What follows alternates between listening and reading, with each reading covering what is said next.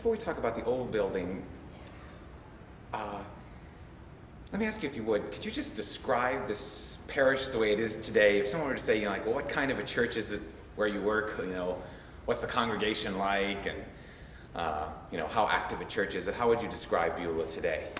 It's an extremely active congregation of close to 1,500 members. In many ways a typical Presbyterian congregation, in other ways not so typical. A wide variety of people here from many different socioeconomic backgrounds, many religious backgrounds. Probably only a third of our members who are joining these days come from traditional Presbyterian backgrounds. So it's a very cosmopolitan, heterogeneous congregation, very active. Our facility is used by many groups in the community. We see the church as a community resource, really. And so it's used close to 20 hours a day sometimes, very active congregation. The gist of our program seems to be a lot about immigrants, and you know, everyone came to Pittsburgh and brought their religion, their faith with them.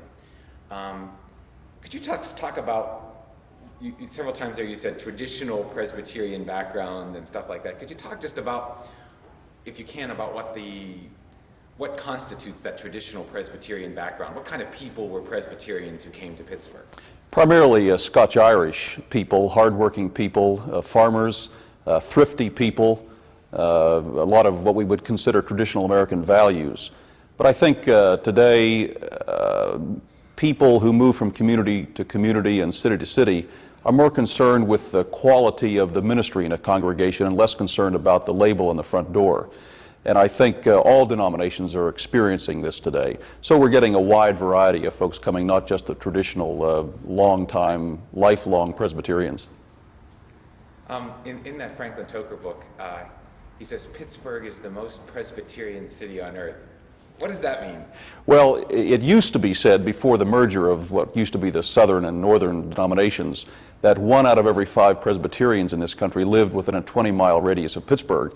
Some have said Presbyterians are denser in Pittsburgh than anywhere else in the country, double entendre intended. Is there some sort of basic makeup that makes you a Presbyterian? No, I don't think particularly. I was raised a Presbyterian in Mount Lebanon, and went to a Presbyterian college, Presbyterian seminary. Have served Presbyterian churches, but I don't think there's anything particularly unique these days that makes me that. Okay. Talk a little bit about the history of this place. You know, does that affect the way people, you know, worship here today, or? In some ways it does. Beulah is one of the oldest churches in this part of the country. Worship services first began here in 1757. General John Forbes was on his way to attack the French down at Fort Duquesne, camped out here. They kept their animals here. It was known as Bullock Pens at the time. The church was officially chartered with a request to Redstone Presbytery for a pastor in 1784. So 1984 was the official celebration of our bicentennial. This building in which we're sitting now was the third building on the site. The original church was simply some outdoor pews and a covering over the pulpit. I've always thought that was a congregation that had its priorities in order. They eventually built a wood structure which was burned, and then this structure was built with bricks made on the site here in 1837. So 1987 served as our sesquicentennial year. We had a weekend-long celebration. There are still members in the church who were around when the basement was dug out by hand. Dirt was loaded on the donkey carts, and the donkeys hauled the dirt out from underneath the basement. The basement is still used today every day by Meals on Wheels. We use this facility regularly for weddings and funerals. Our early service in June and September is also held here. So it's a facility that's used on a continuing basis.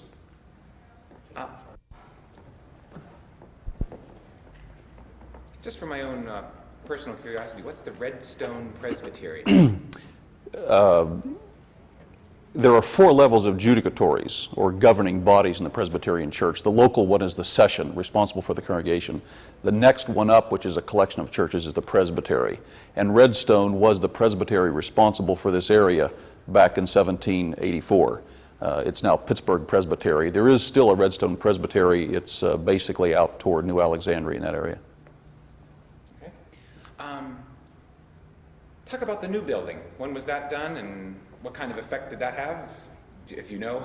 The new building was built in the early 60s. It's a sanctuary that seats over 700, a complete gymnasium and stage there, educational facilities. We have one of the largest preschools in the city, a Christian preschool that is now celebrating its 10th anniversary. We have also one of the Easter Seal schools that meets every day as well. So we have several hundred young people meeting every week here in our facilities on a continuing basis. Do you have any personal preference, one place over the other, or is that too... Well, they're both different. This is a much more intimate place. I really prefer to preach here because everybody is within just a few steps of me, if necessary. The larger sanctuary in the new building is a long sanctuary. It's an A-frame. This is much more intimate, much more personal. You're in eye contact with everybody. It's a much warmer place to worship. I love it here. Okay. Any comments about the cemetery and its relationship to the church, or well, still use it? Yes, we do still use it. It's one of the oldest cemeteries in the area. Over 24 Revolutionary War soldiers are buried here, including General John Johnston. General Johnston was George Washington's personal secretary at the beginning of the Revolutionary War, later became a general and is awarded some property here for his service to the country. Became part of the founding of this congregation, was our first clerk of session, which is one of our officers in the congregation. Do you think the people here have an awareness of all of this? Are they really proud that this is sort of a seminal kind of congregation for Pittsburgh? A few do, but a lot of those folks who do are beginning to die these days, and a lot of folks are moving in from all over the country, and unless they take some time to consider the history of this place, I think fewer and fewer people really appreciate it. Do you want to talk for a minute just about Meals on Wheels, and is that connected to the church, or is it merely, a community group that uses it? Could you explain that? Well, it is a community group that uses it, but much of the leadership and the folks who really do the work are from Beulah Church. The motto of this congregation is making disciples who make a difference. Jesus said we're to go out and make disciples, but disciples who make a difference in this world. And so part of the mission effort of this congregation is the Meals on Wheels, the concern for the elderly and the homebound, the shut-in. And so the leadership for that organization comes from within the congregation, but many folks from the community participate in it. Good. Want to tell us about Munchin with the Ministers? Munchin with the Ministers is a program that I began here when I started here in 1981. It's for the retired, semi-retired, wish they were retired, or just plain tired. Basically a senior citizens group. We meet once a month. Begin at 10:30 on Thursday mornings with the oldest hymn book we can find and sing the old hymns. Who's got the corniest jokes, who's just had a great grandchild born somewhere, who's just returned from Florida or off somewhere else. And then a program of an hour or so of varying interest to the folks in the congregation. And then we serve a hot meal. Some folks in the congregation prepare a hot meal for a couple of bucks every week. And it's a time of fellowship and food. The ministerial staff is there.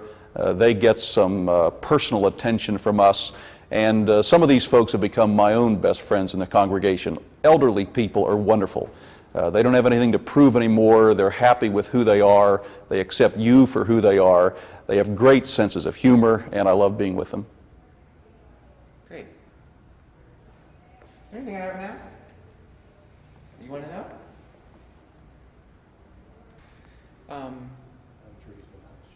I'm sure he's been nice. If I was going to say, if you were talking to another minister, how might you describe this place? The chapel here, you mean? Chapel here, yeah. This is a place of great history for this congregation. This is a sanctuary that has been used on a regular basis for 152 years now.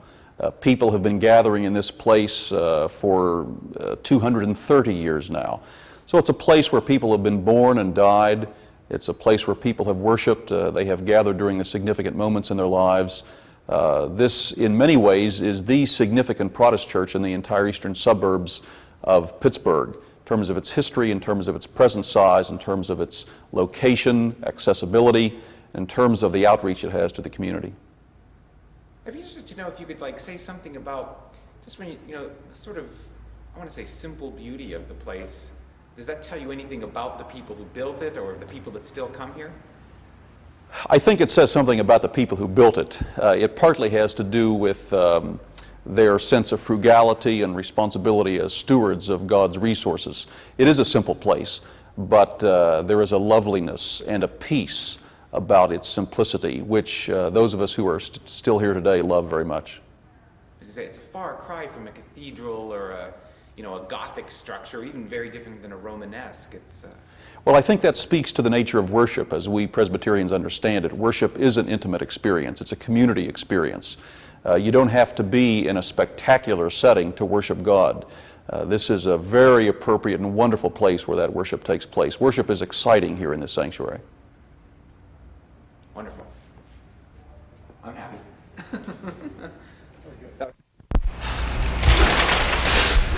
Are you going to start praying or?